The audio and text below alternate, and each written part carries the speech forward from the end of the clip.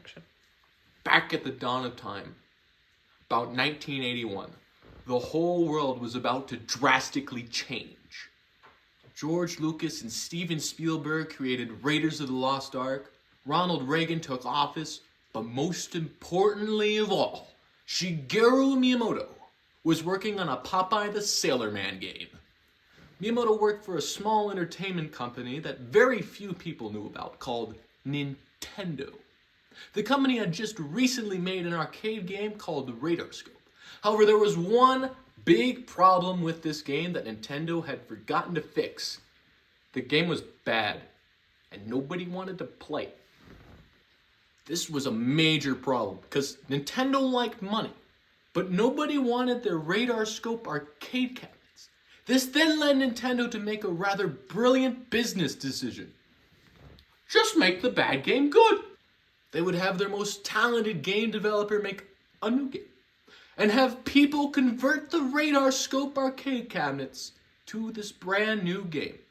This led to Shigeru Miyamoto, under the supervision of Gunpei Yokoi, the creator of the Game & Watch and future designer of the Game Boy, to start working on a Popeye game.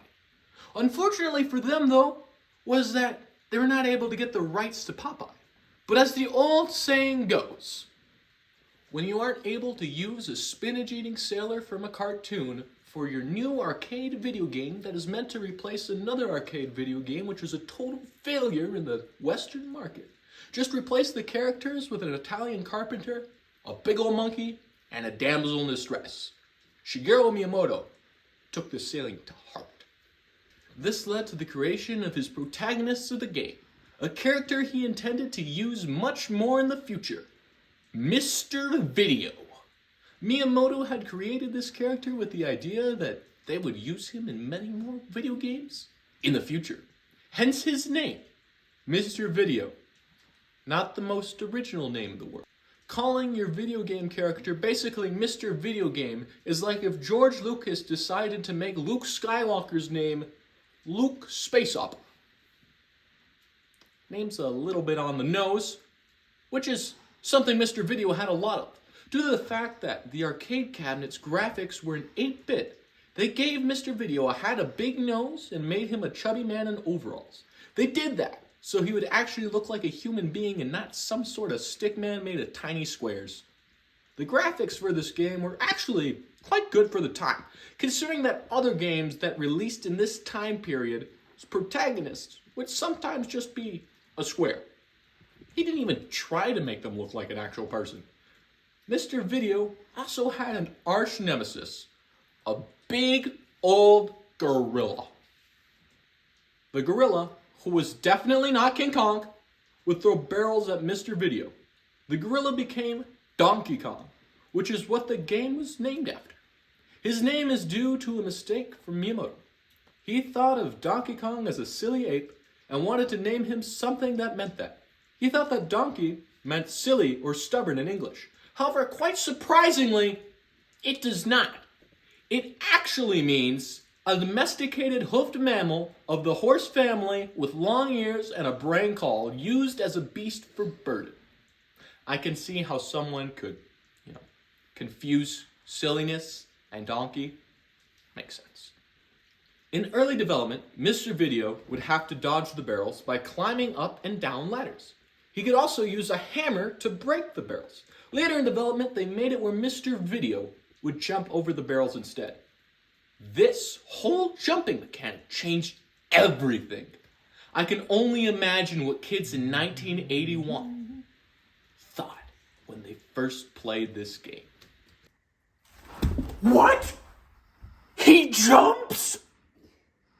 Jumping was now at the center of this game. Mr. Video would use the Y-axis without ladders.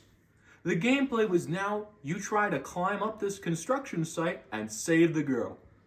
While you do this, you've got to dodge barrels, cement that looks suspiciously like pie, trampolines, and sentient balls of fire. The stuff any carpenter does. There are 4 levels of the game. The first one, which is iconic and probably the first thing people think of when talking about the Donkey Kong arcade game, It's you climb up ladders, dodge barrels, and stand next to your girlfriend. You can tell she's your girlfriend because when you stand next to her, a heart appears. Just like in real life. Although I guess I wouldn't know. There's the next level, which focuses on jumping across platforms to get to Donkey Kong. Then there's the final level in which you must run over certain platform and stay away from sentient fireballs. And once you run over all the platforms, Donkey Kong falls and you save the girl, then you do it all over again.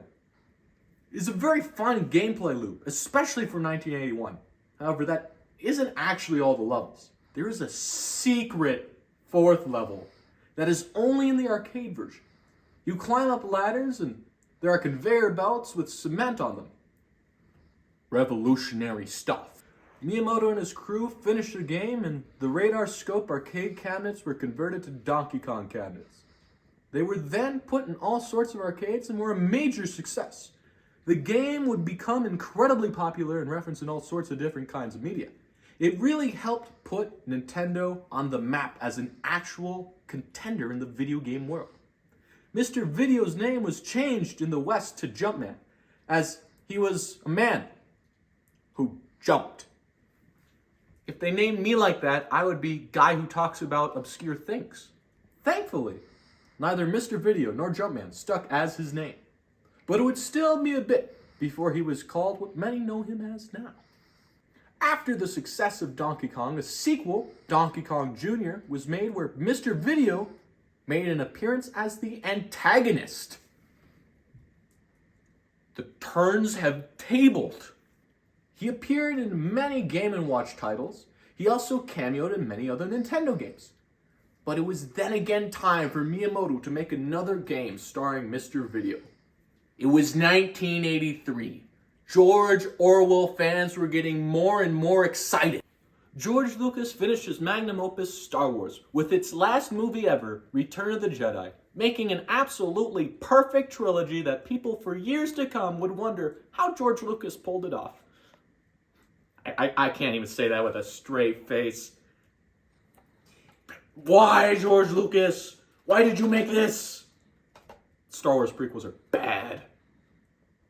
Although the release of Return of the Jedi may have already made 1983 an incredible year, it was about to get better, just before it got worse.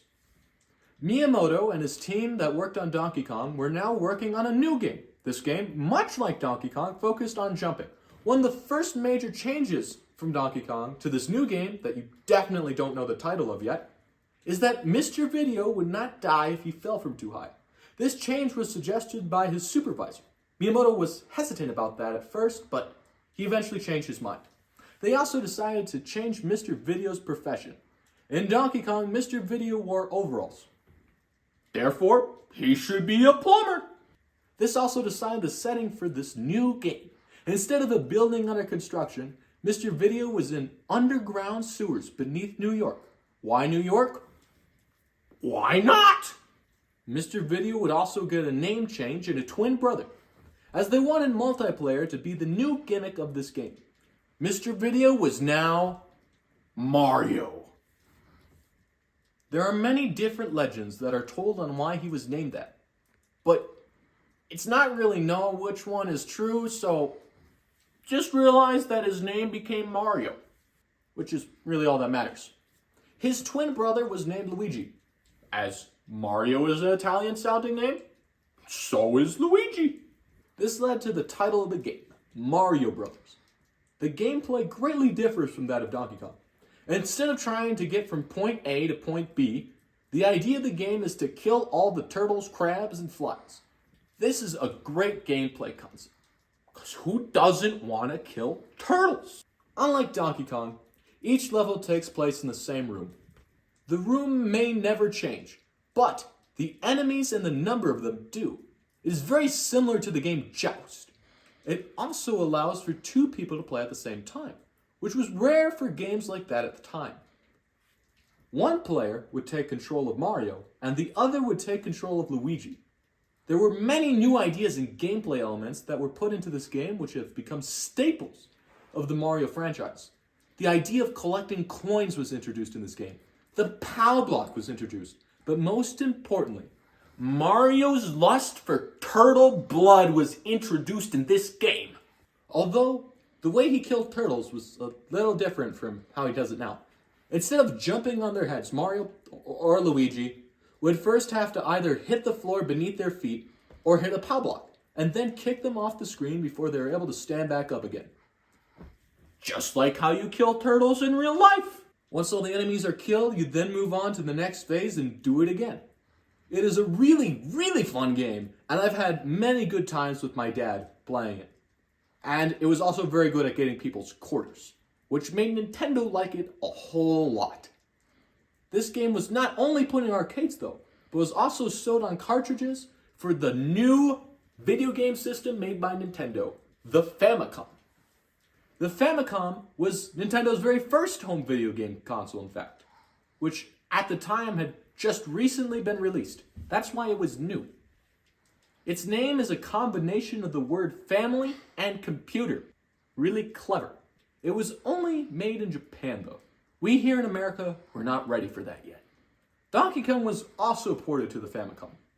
Mario Brothers was a decent success. Not quite as big as Donkey Kong was, but you can't expect that from every game. Mario Brothers would go on to inspire Miyamoto to do even bigger and grander, and I guess you could say more super things. Mario and Luigi were also in a few smaller titles and arcade games as well, one of which is called Wrecking Crew. Now, instead of being plumbers, they were part of a demolition team. Apparently, they're men of many talents. Their next game, they should be electricians. Instead of being action-oriented, this game was more puzzle-based. The goal was to destroy everything that can be destroyed. Then you would move on to the next level. This game is quite enjoyable, but is very different compared to the previous big games the Mario Brothers have been in. They both have seemingly forgotten to jump. Good thing they changed his name from Jumpman to Mario, or otherwise there'd be a lot of confusion. This game seems to be inspired by one of the original concepts of Donkey Kong, which was mentioned earlier. Although Mario not being able to jump was fun for this game, I'm glad it did not become permanent. Unlike the other previously mentioned games, this one was not actually made by Shigeru Miyamoto. It was made by Yoshio Sakamoto, who would eventually go on to make Metroid. This is because Nintendo at the time was stepping away from arcades and focusing more on their home console video games. And Miyamoto was working on 2 new games, a miniature garden game and an athletic game. He had planned to use Mario in both, but decided to just use him in the athletic game. Now, I realize that most of the gameplay footage that I've been showing hasn't been run on original hardware, but that's because old video games cost way more money than what I'm willing to spend. So what? Sue me.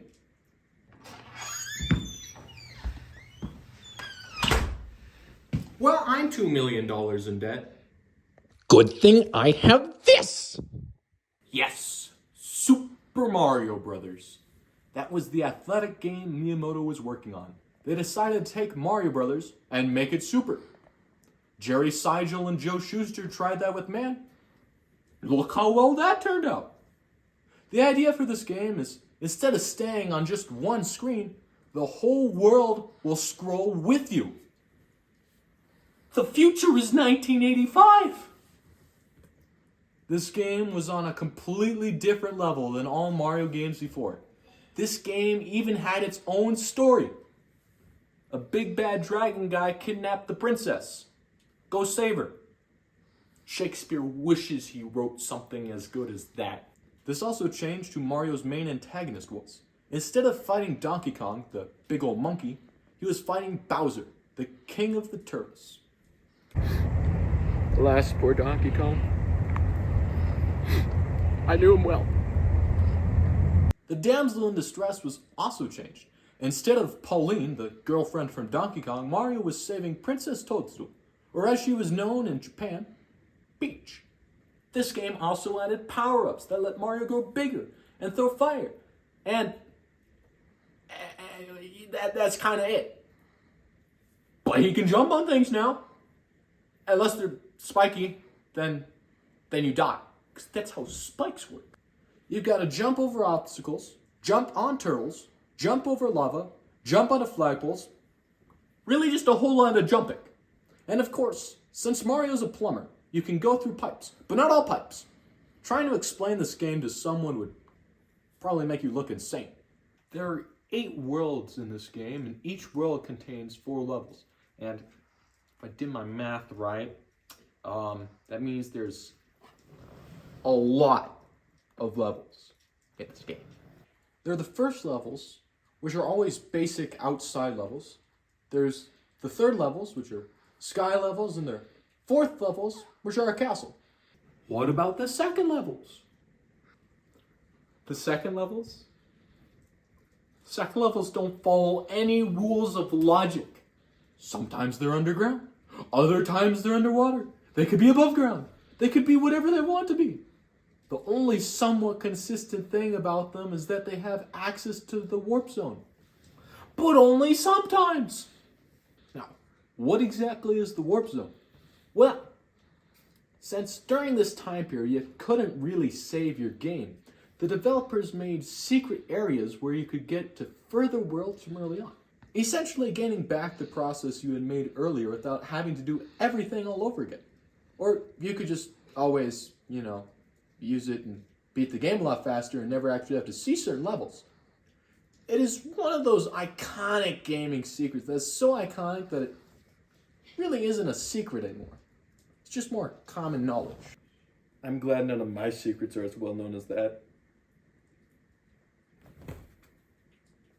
Anyways, now this game may seem as though it has a lot of content because it has so many different levels. But many of those levels are actually just copied and pasted from earlier levels, just with more enemies. This made the game easier to make, but a lot more repetitive.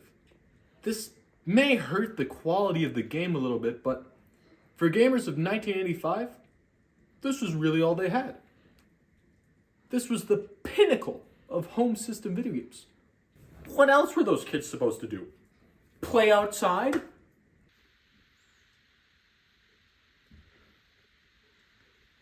Nah. Although this game was repetitive and it is a product of its time, it isn't bad. It really is quite good.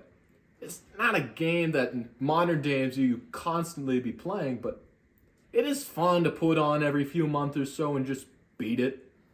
Once you know what you're doing, it really doesn't take that long to beat the game, which is really in the game's favor. It never feels as though it's wasting your time.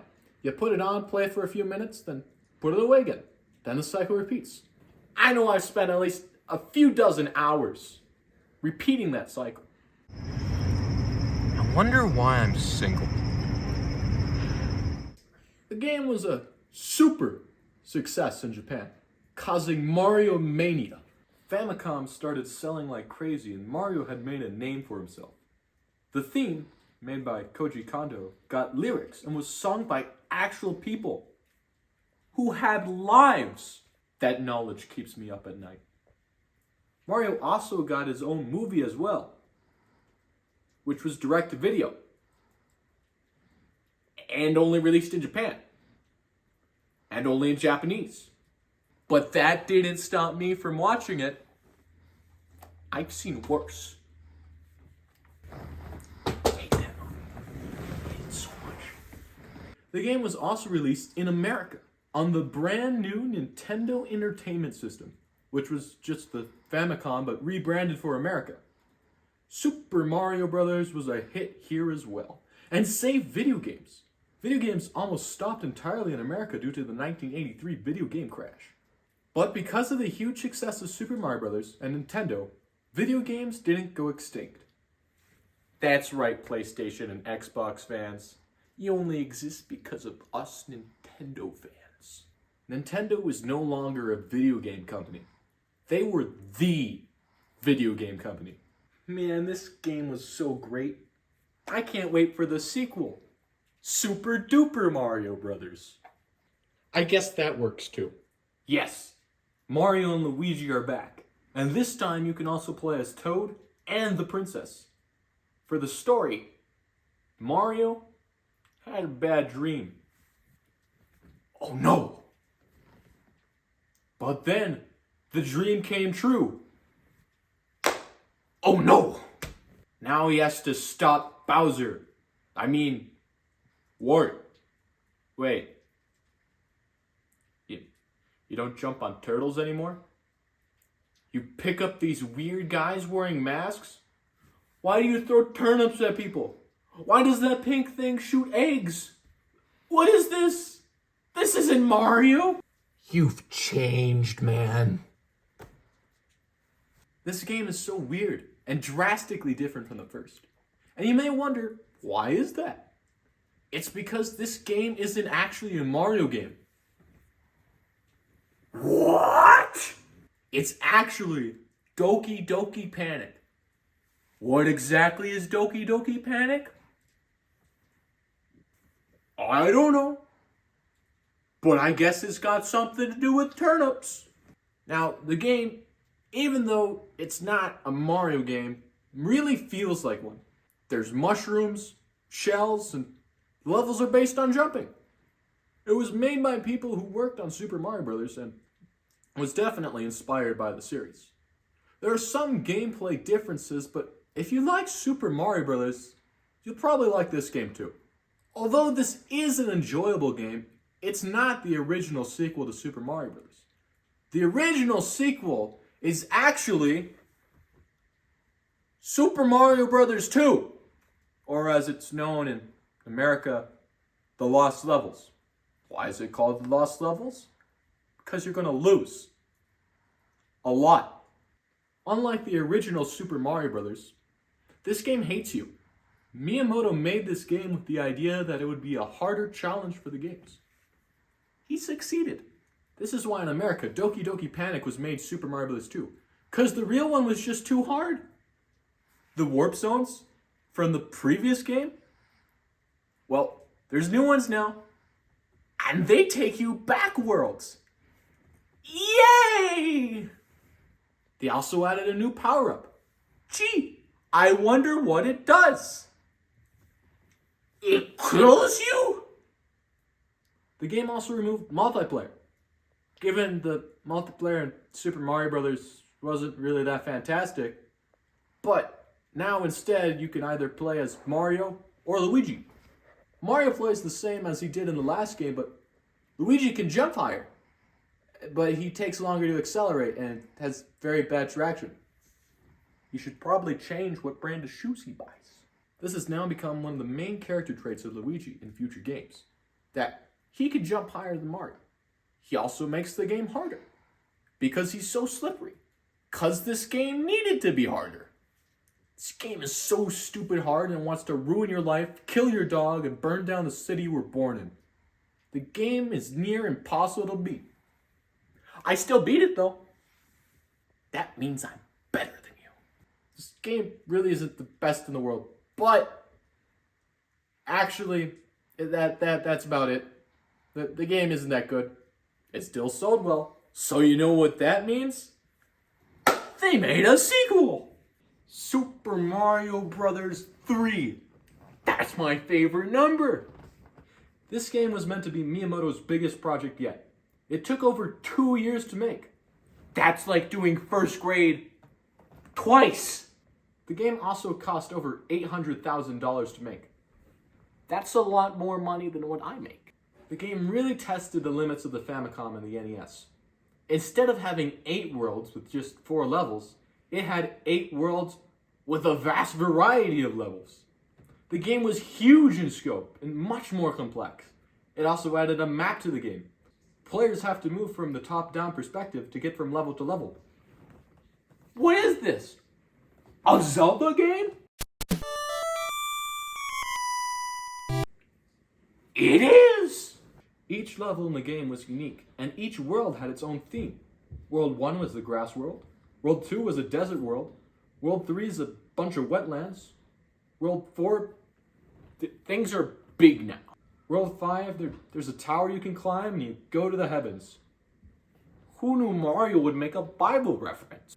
World 6 is an ice world. World 7, it has pipes. And finally, there's World 8, which is, well, let's just say it's another Bible reference. As you play through the game, It feels like an actual place. It isn't just Mario trying to get from point A to point B. It's an adventure.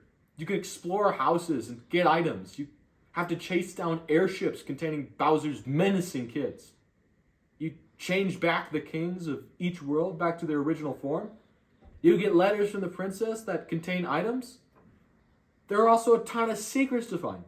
A secret village on an island. A bandit hideout. Sometimes there are hidden new power-ups and levels, like the Tanuki suit or the Haribo suit. A whole lot of suits. There's even a frog suit. It isn't that great, but hey, it's not easy being green. Also, best of all, there's gambling. It really is a Zelda game. The game is just so big and there's so many secrets and things to find that the game really incentivizes you to play it again. It's just a really good game. When it was released, it was a huge success. That is one of the greatest games of the 1980s. It went on to inspire other games to do something that was very uncommon at the time. Be really good. It was just so fantastic and incredible that I'm beginning to run out of adjectives to use on it. This game was perfect to end the life of the Famicom and the NES. And after it, Nintendo started working on a new console. You could say a super console. And Mario's golden age had finally ended. Well, I did it. I talked about Nintendo games for an extended period of time. Know what that means? You're officially looking at a geek.